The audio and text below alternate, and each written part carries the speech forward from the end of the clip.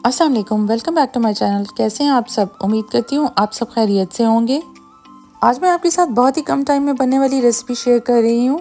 आज हम बनाएंगे आलू के कबाब जो बहुत क्रिस्पी और टेस्टी बनते हैं। ये बनाने में जितने आसान हैं ये खाने में उससे भी ज़्यादा मज़ेदार लगते हैं। आज इसमें हम डालेंगे एक स्पेशल इंग्रेडिएंट जिससे इसका टेस्ट जो है बहुत एनहेंस हो जाएगा। आलू के कबाब तो आपने पहले भी बनाए होंगे, लेकिन इन कबाबों में मैंने एक ट्विस्ट दिया है जिसकी वजह से ये कलरफुल, क्रिस्पी और करारे बनेंगे। एज अ स्नैक या फिर रमज़ान में ये एक बहुत ही बेस्ट रेसिपी रहेगी। तो चलिए इस मज़ेदार सी रेसिपी को बनाना स्टार्ट करते हैं।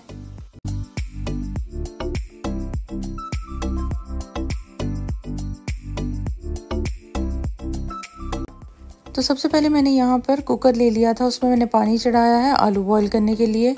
यहाँ पे मैंने 1 किलो आलू का इस्तेमाल किया है। आप कम अपनी मर्ज़ी से भी कर सकते हैं। अगर आप चाहें तो इसको किसी खुली पतीली में भी बॉईल कर सकते हैं, लेकिन अगर आप कुकर में 5 मिनट के लिए इसको प्रेशर लगाएंगे तो बहुत आसानी से और बहुत जल्दी आलू हमारे बॉईल हो जाएंगे। तो 5 से 6 मिनट के बाद मैंने यहाँ पर प्रेशर कुकर को खोला है। तो यहाँ पे आलू हमारे बहुत बेहतरीन से अच्छे से सॉफ्ट हो चुके हैं, गल चुके हैं। तो ये देखिए, मैं आपको करीब से भी दिखा देती हूँ। आलू के ऊपर से स्किन जो है वो बिल्कुल अलग हो चुकी है। अब इसे ठंडा करेंगे, स्किन इसकी उतार लेंगे। आलूओं को ठंडा करने के बाद कुछ देर के लिए हमने फ्रिज में रख लेना है ताकि ये बहुत अच्छे से ठंडे हो जाएं, क्योंकि अगर ये बहुत अच्छे ठंडे होंगे जब हम इसे मैश करेंगे इनमें चिपचिपापन नहीं आएगा। आलूओं को हमें बहुत ज़्यादा देर नहीं पकाना, क्योंकि अगर हम इसे बहुत सॉफ्ट कर लेंगे तो जब हम इनको मैश करेंगे तो ये बिल्कुल एकदम से पेस्ट सा बन जाएगा। तो हमने इसको पेस्ट नहीं बनाना। अगर हम इस तरह से पेस्ट बना लेंगे तो कबाब हमारे क्रिस्पी और क्रंची नहीं बन पाएंगे। तो यहाँ पे मैं पोटैटो मैशर की मदद से इसको मैश कर रही हूँ। आप चाहें तो ये स्टेप कांटे की मदद से भी कर सकते हैं। तो यहाँ पे मैंने लिया है 3 ब्रेड के स्लाइसेस। इनको हमने ब्रेड क्रम्स बना लेने हैं। अब हम आलू के कबाबों में डालने के लिए जो सब्जियाँ हैं वो तैयार कर लेंगे। यहाँ पे मैंने एक बड़ा सा प्याज लिया था, उसको बारीक चॉप कर लिया था, और 4 से 5 हरी मिर्चों को मैंने चॉपर में चॉप कर लिया था। ये जो ब्रेड स्लाइसेस मैंने आपको दिखाए थे उनको भी मैंने चॉप कर लिया है। तो यहाँ पे हमारे बारीक से ब्रेड क्रम्स बनकर तैयार हैं। आलूओं को अच्छे तरीके से अब हमने मैश कर लिया है। आलूओं को बहुत अच्छे तरीके से हमने मैश करना है। अगर आप चाहें तो इसको ग्रेटर की मदद से ग्रेट भी कर सकते हैं। अब हमने ये सब्जियां इसमें शामिल कर देनी है, और साथ ही इसमें जो हमने ब्रेड क्रम्स बना के रखे थे वो भी हाफ इसमें शामिल कर देने हैं। ब्रेड क्रम्स ऐड करने से आलूओं के अंदर अगर थोड़ी सी नमी हो तो वो भी ख़त्म हो जाती है, और हमारे जो आलू के कबाब हैं वो बहुत ही क्रिस्पी और क्रंची बनकर तैयार होंगे। तो यहाँ पे अब हम डालेंगे सीक्रेट इंग्रेडिएंट जो कि है शिमला मिर्च। तो मैंने यहाँ पर 1 शिमला मिर्च को बारीक कट करके इसमें शामिल कर दिया है।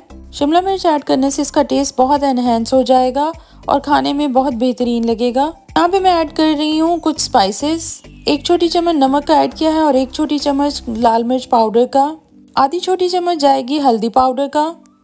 साथ ही इसमें शामिल कर देना है गरम मसाले का पाउडर, वो भी मैंने ऐड किया है आधा टीस्पून। हाफ टी स्पून जाएगा ज़ीरे का पाउडर। तो यहाँ पे मैंने ज़ीरा जो इस्तेमाल किया है उसको पहले से ड्राई रोस्ट कर लिया था।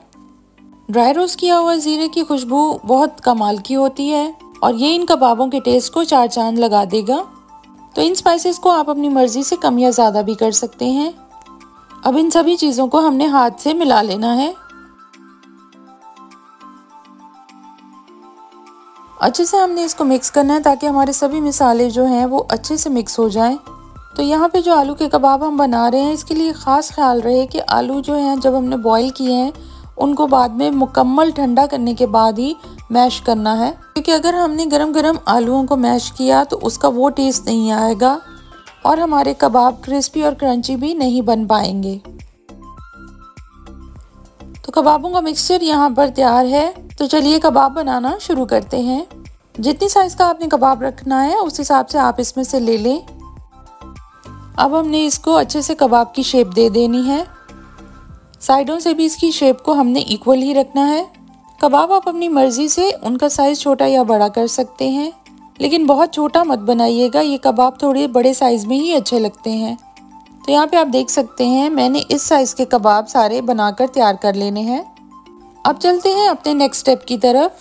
अब मैंने यहाँ पे एक बोल ले लिया था, उसमें मैंने शामिल किया है 2 टीस्पून मैदा। और अब इसमें डालना है थोड़ा सा पानी और इसकी हमने एक स्लरी बना लेनी है। थोड़ा थोड़ा करके हमने पानी ऐड करना है और मिक्स करते जाना है। एकदम से हमने ज़्यादा पानी नहीं डालना, वरना ये जो मैदे की स्लरी है ये बहुत पतली हो जाएगी और हमारे कबाबों पे मैदे की कोटिंग अच्छे से नहीं हो पाएगी।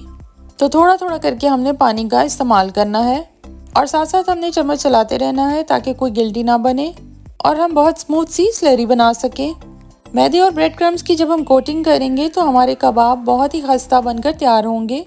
अगर आपके पास मैदा अवेलेबल ना हो तो आप इस स्टेप को स्किप भी कर सकते हैं और इसकी जगह पे अंडा भी लगा सकते हैं। अंडा लगाने से भी सेम ऐसा ही रिजल्ट आएगा। तो यहाँ पे आप कंसिस्टेंसी देख सकते हैं जो मैदे की स्लरी बनाई है हमने। तो चलिए अब हम कोट कर लेते हैं। अब एक कबाब उठाएंगे हम आराम से इस तरीके से और इसमें डिप कर देंगे। कबाब को किसी भी चम्मच या कांटे की मदद से डिप कर लेना है। अगर आप चाहें तो ये स्टेप हाथों की मदद से भी कर सकते हैं। अच्छे से मैदे की स्लरी में जब हमने डिप कर लेना है, फिर हमने इस पे ब्रेड क्रम्स लगा देने हैं। तो देखिए यहाँ पर कुछ इस तरीके से अच्छे से हमने ब्रेड क्रम्स में इसको कोट कर लेना है। इसी तरह से हमने सारे कबाबों को कोटिंग कर लेनी है। तो ये स्टेप हमारा फाइनल स्टेप है, तो इसको हमने बहुत ध्यान से करना है। तो यहाँ पे आप देख सकते हैं बहुत परफेक्ट सा साइज बना है और बहुत अच्छे से कोटिंग भी हो चुकी है। तो देखिए यहाँ पे मैंने सारे कटलेट्स को कवर कर लिया है। अब साथ ही मैंने एक फ्राइंग पैन में ऑयल को पहले से गर्म कर लिया था।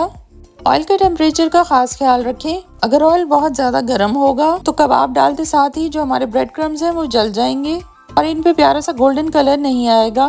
तो एक एक करके हमने अपने सारे कबाबों को इस तरह से इसमें पैन में डाल देने हैं। फ्राइंग पैन को हमने ओवरलोडेड बिल्कुल नहीं करना। इस तरह से थोड़े थोड़े वक्फे से हमने इन सबको इसमें शामिल कर देना है।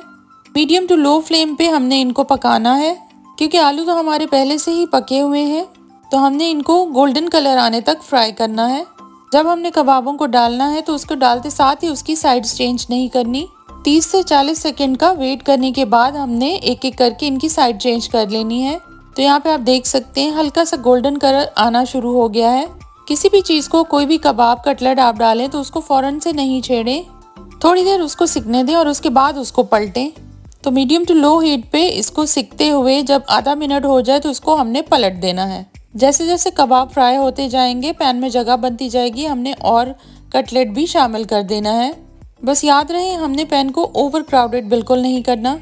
जब हम बहुत सारे कबाब एक साथ डाल देंगे तो हमारे ऑयल का टेम्परेचर एकदम से ड्रॉप हो जाता है और हमारे कबाब अच्छे से सिक नहीं पाते। साथ ही साथ हमने इसको चेक करते रहना है, क्योंकि हमने इसको डार्क बिल्कुल नहीं करना। एक परफेक्ट गोल्डन कलर आने तक इनको फ्राई करना है। अगर आप चाहें तो इन कटलेट्स को, आलू के कबाब को हम फ्रीज भी कर सकते हैं। जब हमने इस पे मैदे और ब्रेड क्रम्स की कोटिंग की थी, उस स्टेप के बाद हम इसको किसी भी डब्बे में डाल के फ्रीज कर सकते हैं, या अगर आप चाहें तो जिप लॉक बैग में भी डाल के फ्रीज कर सकते हैं। शाम की चाय के लिए ये एक बहुत ही परफेक्ट स्नैक है, या फिर अचानक से कोई गेस्ट आ जाते हैं तो हम इनको फटाफट से फ्राई करके सर्व कर सकते हैं। तो यहाँ पे आप देख सकते हैं बहुत ही मज़ेदार से हमारे कबाब बनकर तैयार हैं। तो बहुत ही मज़ेदार, बहुत ही डिलीशियस, क्रिस्पी और क्रंची कबाब हमारे बनकर तैयार हैं। तो उम्मीद करती हूँ आज की रेसिपी आपको पसंद आई होगी। आप इस रेसिपी को एक बार ज़रूर ट्राई कीजिए। वीडियो अच्छी लगी हो तो वीडियो को लाइक कर दें और शेयर कर दें। और अगर आप मेरे चैनल पर न्यू हैं तो चैनल को सब्सक्राइब करना मत भूलिएगा। Thanks for watching the video. Allah हाफिज़।